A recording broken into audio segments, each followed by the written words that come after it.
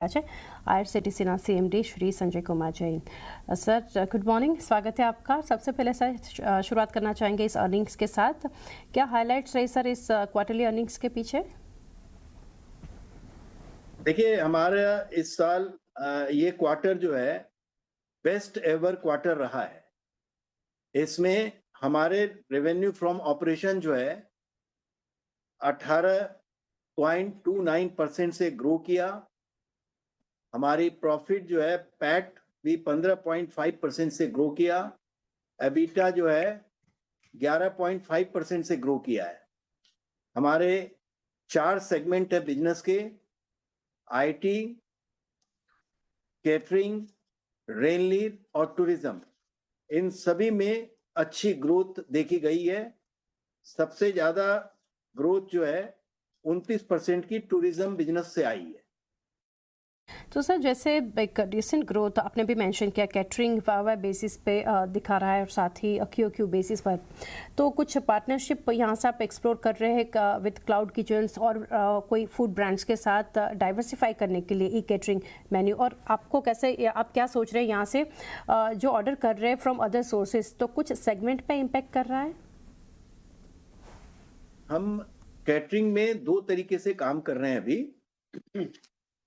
एक तो हमारे जो टेंडर बेस्ड लाइसेंसी के थ्रू काम करते हैं, और दूसरा हम ई कैटरिंग के जरिए लोगों को उनके ऑप्शंस के हिसाब से एक प्लेटफॉर्म प्रोवाइड करते हैं जिसमें वो मील चूज कर सकते हैं, ब्रांड चूज कर सकते हैं।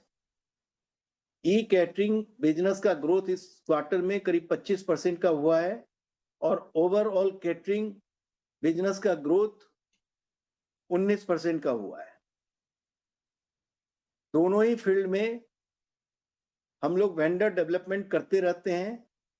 इस बार जो लाइसेंसी मॉडल वाला बिजनेस है हमारा रेगुलर रेलवे कैटरिंग का, इसमें हमने कई ब्रांड के साथ टाई अप किया है और प्रूफ ऑफ कंसेप्ट पे किया है, जिसमें आप गुजरात से बिलोंग करती हैं, ग्वालियर ब्रांड के फ्रेंचाइजी से राजकोट में हम खाना ले रहे हैं। अहमदाबाद में हम लोग कैब से ले रहे हैं। इसके अलावा श्रीनगर की ट्रेन में हम सरोवर होटल से फ्रेंचाइजी से ले रहे हैं। अभी गुवाहाटी और हावड़ा के बीच में जो ट्रेन चल रही है उसके बीच में मेफेयर 5 स्टार रिसोर्ट से खाना हम लोग सर्विस ले रहे हैं, प्रोक्योर कर रहे हैं, और ताजसेट से हावड़ा साइड से कर रहे हैं। हल्दीराम, इलियोर आदि ब्रांड्स भी हमारे साथ जुड़े हैं।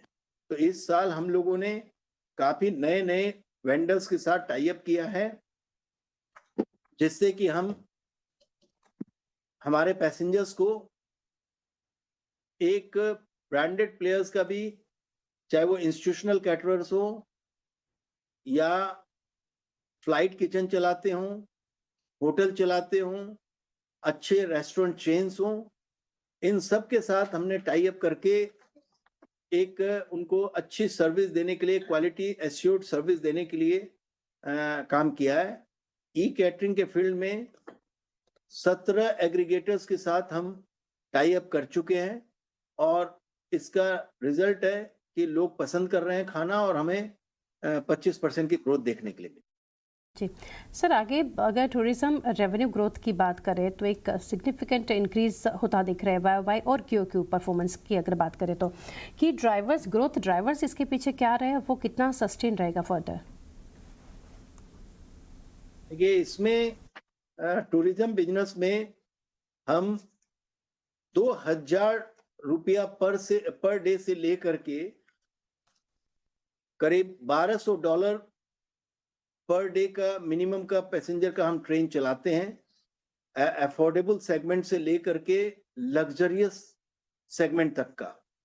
और मुझे ये बताते हुए खुशी हो रही है कि ये सारे सेगमेंट्स में मुझे डबल डिजिट ग्रोथ देखने को मिला है इस क्वार्टर में, चाहे वो महाराजा एक्सप्रेस हो, स्टेट तीर्थ और भारत गौरव चला रहे हों, इसके अलावा जो हम पैकेजेस चला रहे हैं, होटल्स चलाते हैं, सब में एयर टिकटिंग का बिजनेस करते हैं, सब में हमें डबल डिजिट में ग्रोथ देखने के लिए मिला है।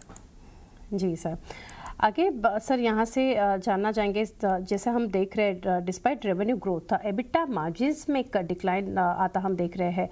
कॉस्ट प्रेशर्स जो है वो यहाँ से एक मेनली आप देख रहे हैं एक रीज़न, और साथ ही आप कैसे एड्रेस करेंगे गोइंग फॉरवर्ड, ये कैसे रह सकते हैं?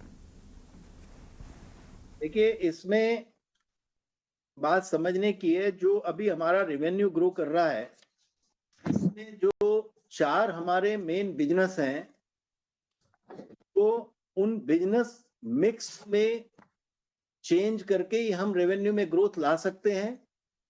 और इसके लिए अगर आप देखेंगे तो पिछले साल के इस क्वार्टर में के कंपैरिजन में इस साल का इस क्वार्टर में जो हमारा आईटी सेगमेंट जो सबसे ज्यादा हमें मार्जिन देता है, उस बिजनेस में के कंपैरिजन में कैटरिंग और टूरिज्म इन सब बिजनेस में ग्रोथ ज्यादा आई, उसका कंट्रीब्यूशन हमारे मिक्स में ज्यादा आया है और उनमें इतना मार्जिन अवेलेबल नहीं है, क्योंकि हमारा ध्येय और हमारा उद्देश्य ये है कि अफोर्डेबल टूरिज्म प्रोवाइड करें और अफोर्डेबल खाना खिलाएं, जिसमें कि एडमिनिस्ट्रेड प्राइस पे खाना हम खिलाते हैं। तो इस वजह से ये हुआ है। अगर हम पूरे 9 महीने की मार्जिन परसेंटेज की बात करें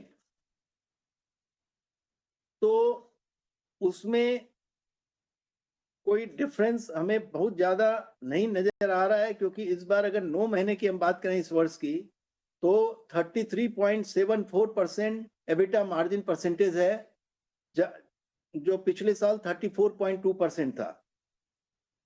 इसके अलावा कैटरिंग में मार्जिन कम होने का कारण है क्योंकि जैसा मैंने आपको बताया कि बहुत सारे ब्रांड के साथ हमने टाई अप किया है, तो हमें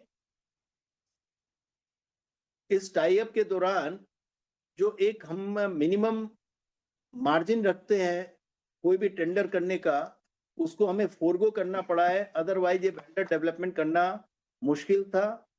और जो हमारा रेवेन्यू ग्रो किया है कैटरिंग में, उसमें करीब 70 करोड़ हमें वंदे भारत के बिल से मिले हैं, जिसमें 5% हमको एक्स्ट्रा जीएसटी पे करना पड़ा है।